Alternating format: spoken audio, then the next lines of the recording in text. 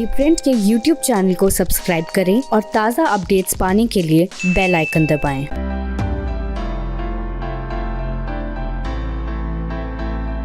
8वीं कक्षा की लड़की के एक खत पे सीजे एनवी रमन्ना ने की कार्रवाई और अब RWAs पेट्स लगाने पे नहीं लगा सकते हैं रोक। और क्या हम स्कूलों को कंज्यूमर प्रोटेक्शन एक्ट के तहत कोर्ट में घसीट सकते हैं या नहीं, इस पे अब सुप्रीम कोर्ट करेगा फैसला। नमस्कार, मैं भद्रा सिन्हा और मैं अपूर्वा मंधानी और हम आपके सामने एक बार फिर कोट अनकोट का ये एपिसोड लेके आए हैं। जैसे कि आप जानते हैं, इस शो पे हम आपको पिछले हफ्ते हुई बड़ी कोर्ट की और लीगल डेवलपमेंट्स के बारे में बताते हैं। और इस हफ्ते हमारे पास आपके लिए जो सबसे पहली खबर है वो दरअसल आ रही है हमारे चीफ जस्टिस ऑफ इंडिया, मुख्य न्यायाधीश CJI एनवी रमन्ना की तरफ से। दरअसल जस्टिस रमन्ना को एक 8th स्टैंडर्ड 8वीं कक्षा की लड़की ने एक खत लिखकर ये बताया था कि उनका जो गाँव है वो रंगारेड्डी डिस्ट्रिक्ट में, तेलंगाना में उनका गांव है, वहाँ कोविड के चलते पिछले साल से जो बस सर्विस थी वो रोक दी गई थी।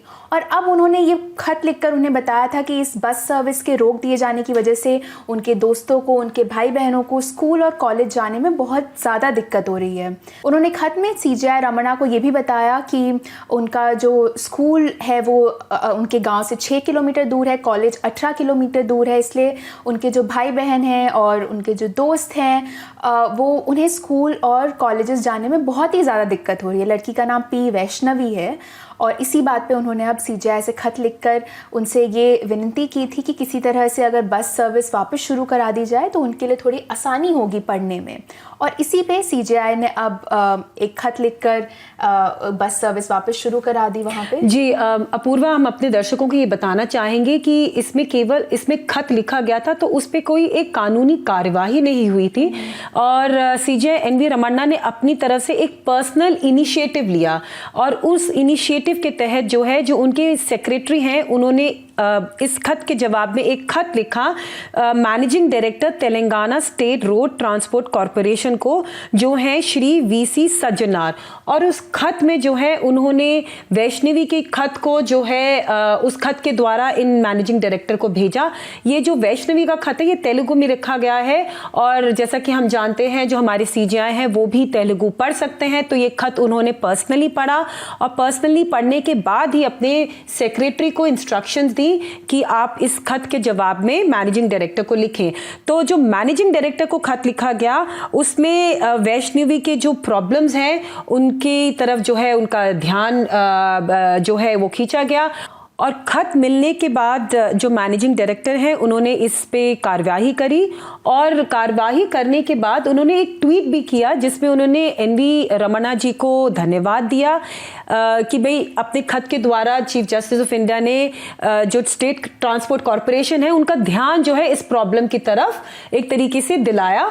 अपूर्वा, आपको ध्यान होगा कि CJI पहली बार नहीं है कि वो एक बच्चे के द्वारा जो लिखा खत है उसकी जवाब में खत लिख रहे हैं। उन्होंने इस साल जून में भी केरला से उनको एक बच्चे ने खत लिखा था और उस खत का उन्होंने जवाब दिया था और उस खत के जवाब के साथ साथ उन्होंने जो इंडियन कॉन्स्टिट्यूशन है उसकी एक कॉपी भी उस बच्चे को भेजी थी। दरअसल उस खत में जो केरला में रहती है जो लड़की थी, ये 5th क्लास की लड़की थी, उन्होंने CJI रमन्ना को सुप्रीम कोर्ट की काफ़ी तारीफ करी थी कि भाई सुप्रीम कोर्ट ने किस तरीके से कोविड से रिलेटेड अलग अलग निर्देश दिए हैं, अलग अलग राज्य सरकारों को निर्देश दिए हैं। तो उस पे उन्होंने बहुत ही अपनी जिसे कहते हैं धन्यवाद देते हुए, CJI को धन्यवाद देते हुए उन्होंने ये खत लिखा था और CJI ने उसके जवाब में जो उस लड़की का बहुत प्रोत्साहन बढ़ाया था। CJI काफ़ी इम्प्रेस हो गए थे जिस तरह से उस बच्ची ने अपने खत में पूरा ब्यौरा दिया था, जो अलग अलग डायरेक्शंस दी गई थी सुप्रीम कोर्ट के द्वारा, उस पे पूरा ब्यौरा देते हुए उस पे धन्यवाद किया था सुप्रीम कोर्ट का। तो CJI ने अपने जवाब में उस लड़की की तारीफ करते हुए ये बोला था कि जिस तरह से आपने देश में हो रही घटनाओं पर नजर रखी है और महामारी के मद्देनजर लोगों की भलाई के लिए आपने जो चिंता दिखाई है उससे मैं वास्तव में प्रभावित हुआ हूं। मुझे विश्वास है कि आप बड़े होकर एक सतर्क, जागरूक और जिम्मेदार नागरिक के रूप में विकसित होंगी। तो जो सीजेआई का जो ये पर्सनल इंटरैक्शन है ऐसे लोगों से, वो बहुत ही मेरे ख्याल से जो है बहुत ही इंटरेस्टिंग है, क्योंकि हर सीजेआई जो है वो इस तरह से हर खत का जवाब नहीं देते। बिल्कुल भद्रा, आपने कॉन्स्टिट्यूशन की बात की, इसमें भी जो सीजेआई उन्होंने Telangana state road transport corporation को जो जवाब में खत लिखा था, उसमें उन्होंने राइट टू एजुकेशन की भी बात की थी, शिक्षा के अधिकारों की। और जैसे कि आपने बताया, ये बहुत ही संवेदनशील तरीके से एक खत को हैंडल करने का तरीका है कि बिना किसी मतलब उसको कोर्ट ले जाए हुए उन्होंने एक खत लिख कर ये बस सर्विस वापस शुरू करा दी। बिल्कुल, एक पर्सनल इंटरवेंशन उन्होंने जो किया। अब जो दूसरा हमारे पास आपके लिए जजमेंट है वो आ रहा है केरला हाई कोर्ट से। ये जजमेंट भी काफ़ी, जैसे ये सीजेआई रमन्ना की न्यूज़ थी, काफ़ी फील गुड टाइप ये जजमेंट भी है। इसमें पेट पेरेंट्स के लिए एक्चुअली बहुत ही खुशी की खबर है। केरला हाई कोर्ट ने ये कहा है कि जो RWAs होती हैं, रेजिडेंट वेलफेयर एसोसिएशंस या फिर रेजिडेंट ओनर एसोसिएशंस जो होती हैं बहुमंजिला इमारतों की, वो जो निवासी हैं उनको अपने घरों में पेट्स रखने से पूरी तरह से नहीं रोक सकती। अब केरला में ऐसा काफ़ी जगहों पे ऐसा देखा जा रहा था कि कई बिल्डिंग्स ने ऐसे रेगुलेशंस और बायलॉज बनाए हुए थे, और इसी पे एक NGO फिर कोर्ट के पास गया, PIL दर्ज की। पीपल फॉर एनिमल्स नाम के एक NGO ने ये PIL दर्ज की थी, और इसी पे केरला हाई कोर्ट का बहुत ही दिलचस्प जजमेंट आया है, जिसमें कोर्ट ने कई चीज़ों की बात की है। कोर्ट ने कॉन्स्टिट्यूशन की बात की है, कोर्ट ने जो हमारा आर्टिकल 21 है उसके अंदर जो निजता का अधिकार है, राइट टू प्रिवेसी है, उसके अंदर हमारा एक अधिकार और उन्होंने उसकी बात की है, जो कि है अपने पसंद के पेट्स रखना, पालतू जानवर अपना, उसकी जो चॉइस होती है वो करना। उसे कोर्ट ने कहा है कि ये भी निजता के अधिकार के अंदर आता है, और कोई भी RWA ऐसे अपने निवासियों को इस अधिकार से वंचित नहीं कर सकती। और हाई कोर्ट ने जो है अपूर्वा, इसमें अलग अलग धर्म की भी बातें करी हैं, और बोला है कि जो हर धर्म है, चाहे वो हिंदू है या मुस्लिम है या जैनिज्म है, बुद्धिज्म है, हर धर्म में जो है ये बोला गया कि हमें किस तरह जानवरों के प्रति एक अपनी श्रद्धा दिखानी चाहिए। और जो हमारा संविधान है वो एक तरीके से सिटीजन्स पे, एक तरीके से सिटीजन्स के लिए अधिकार भी है, बट एक ड्यूटी भी बनती है सिटीजन्स की कि भाई वो किस तरह से वातावरण और जानवरों की सुरक्षा करें और रक्षा करें। और उसी सुरक्षा और रक्षा के तहत जो है एक सिटीजन का राइट आता है अपने मनपसंद या पसंदीदा जानवर को पालने का। तो उसी अधिकारों के बारे में जो है उन्होंने बहुत ही लंबी चौड़ी बात करी, उसी में उन्होंने जानवरों की भी अधिकारों की बात करी, और एक और उन्होंने केरला हाई कोर्ट के जजमेंट का ब्यौरा दिया जो पिछले साल 2020 में दिया गया था, जब कोविड की वजह से लॉकडाउन हुआ था। दरअसल उस वक्त जो है एक रेजिडेंट थे, वो उनको कोर्ट के दरवाजे इसलिए खटखटाने पड़े क्योंकि कोविड लॉकडाउन के दौरान वो अपनी 3 बिल्लियों के लिए खाना नहीं ला पा रहे थे, क्योंकि उनको जो एडमिनिस्ट्रेशन था उन्होंने उनको बाहर निकलने से मना कर दिया था, उनको पास नहीं दिया था। तो उसी को चलते हुए जो वो थे उन्होंने कोर्ट में याचिका लगाई, और उन्होंने याचिका में अपना ये बोला कि मैं एक वेजिटेरियन हूँ, मैं मांस मच्छी खाने वाला व्यक्ति नहीं हूँ, परंतु काफ़ी सालों से मैं अपने बिल्लियों के लिए ये एक पैकेट फूड लाता हूँ क्योंकि ये एक नॉन वेज फूड है, मगर चूंकि लॉकडाउन की वजह से मुझे बाहर नहीं जाने दिया जा रहा है, इसलिए मुझे कोर्ट में आके ये गुहार लगानी पड़ रही है। तो उस जजमेंट में भी, उस फैसले में भी केरला हाई कोर्ट ने, जैसे अपूर्वा ने बताया, आर्टिकल 21 की बात करी, निजता अधिकार के साथ साथ लिबर्टी की बात करी, और इस लिबर्टी के अधिकार में कोर्ट ने ये बोला कि भाई हर व्यक्ति को जो है ये अधिकार है कि वो अपने मनपसंद जानवर को अपने घर में रख सके। तो जो इस तरह के रेगुलेशंस बनते हैं उनको हाई कोर्ट ने 2020 में भी और अब भी जो है एक तरीके से अनकॉन्स्टिट्यूशनल या असंवैधानिक डिक्लेयर कर दिया है। बिल्कुल। और जो हमारे पास आपके लिए तीसरी खबर है वो भी सुप्रीम कोर्ट से आ रही है। दरअसल अब सुप्रीम कोर्ट इस बात पे फैसला सुनाएगा, पहले तो हियरिंग होगी और फिर फैसला सुनाएगा कि क्या स्कूल्स को, एजुकेशन को दरअसल एक सर्विस माना जा सकता है कंज्यूमर प्रोटेक्शन एक्ट के अंदर।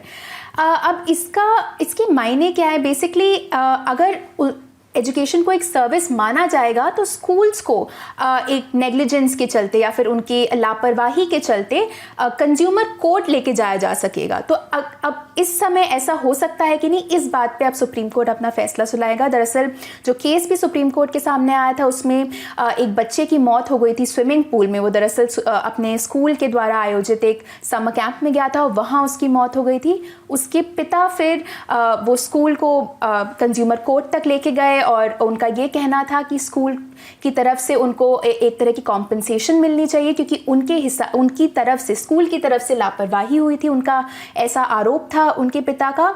लेकिन उनके उस लड़के के पिता की याचिका पे कंज्यूमर कोर्ट और जो नेशनल कंज्यूमर कोर्ट है उन्होंने भी ये बात कही कि एजुकेशन जो है वो सर्विस की डेफिनेशन में नहीं आता और इसलिए उस स्कूल को इस तरह से हम रिस्पॉन्सिबल नहीं ठहरा सकते कंज्यूमर कोर्ट में। अब ये मामला सुप्रीम कोर्ट तक पहुंचा और सुप्रीम कोर्ट इस पे अब जी दरअसल ये मामला सुप्रीम कोर्ट इसलिए पहुंचा क्योंकि एनसीडीआरसी ने जब इस पिटीशन को खारिज किया तो उसको चुनौती देते हुए जो माँ बाप थे वो सुप्रीम कोर्ट में उन्होंने गुहार लगाई है। दरअसल अपूर्वा ये थोड़ा सा पेचीदा मामला है क्योंकि ये मामला पहले से सुप्रीम कोर्ट में एक और मैटर में पेंडिंग है। सुप्रीम कोर्ट ने एक्चुअली 2 अलग अलग मैटर में अलग अलग अपना फैसला सुनाया है इसी मुद्दे को लेकर। जैसे अपूर्वा ने बताया कि ये एक बहुत ही अहम सवाल उठाया है कि क्या कंज्यूमर प्रोटेक्शन के अंडर स्कूल्स के खिलाफ लापरवाही के लिए कोई कार्रवाई की जा सकती है या नहीं। इसमें एक्चुअली क्या हुआ था अपूर्वा कि 2010 में एक सुप्रीम कोर्ट ने जजमेंट दिया था और उस जज केस का नाम है PT Kaushi versus LN charitable trust, जिसमें दरअसल सुप्रीम कोर्ट ने यह माना था कि शिक्षा एक वस्तु नहीं है। शैक्षणिक संस्थान किसी भी प्रकार की सेवा प्रदान नहीं कर सकते, मतलब कि इसमें कोई एक सर्विस का एलिमेंट नहीं आता है। तो इसलिए एडमिशन के पहले या एडमिशन के दौरान अगर कोई कमी होती है तो वो हम कंज्यूमर प्रोटेक्शन एक्ट के अंदर उसको हम उसमें चुनौती नहीं दे सकते। मगर उसके बाद 2015 में एक और फैसला आया सुप्रीम कोर्ट का जिसमें बिल्कुल ही अलग बात की गई थी। तो चूंकि अब इसी एक ही मुद्दे पे 2 अलग अलग जो है वर्डिक्ट्स हैं, 2 अलग अलग फैसले हैं, तो उन्हीं को एक तरीके से फाइनल करने के लिए अब सुप्रीम कोर्ट ने बोला है कि ये इस पूरे मुद्दे पे डिटेल में सुनवाई करेंगे ताकि एक फैसला आए, ताकि ये जो एक बहुत बड़ा सवाल है स्कूल एजुकेशन इंस्टीट्यूशंस के लिए उस पे डिसीजन हो, ताकि जो ये छोटी मोटी बातों पे कंज्यूमर कोर्ट लोग भागते हैं, पेरेंट्स भागते हैं, उस पे एक तरीके से फाइनलिटी आ जाए कि भाई, और स्कूल्स का एक तरीके से जो हैरेसमेंट होता है वो खत्म कर दिया जाए। क्योंकि स्कूल्स का एक अलग से अपना एक लॉ है जिसके अंडर एजुकेशन का अपना एक लॉ है जिसके अंडर जो है उनके किसी भी तरह की नेग्लिजेंस को या लापरवाही को एक तरीके से चैलेंज किया जा सकता है। तो अब ये देखना होगा कि ये सुनवाई कितनी लंबी चलती है और उसका फैसला कितनी जल्दी आता है। तो आज के लिए अपूर्वा बस इतना ही काफी है। बिल्कुल भद्रा, हमसे जुड़ने के लिए बहुत बहुत धन्यवाद। हमें कमेंट सेक्शन में अपने सुझाव जरूर भेजें, हमें फीडबैक भेजें और हमें इसी तरह से सपोर्ट करते रहें। धन्यवाद।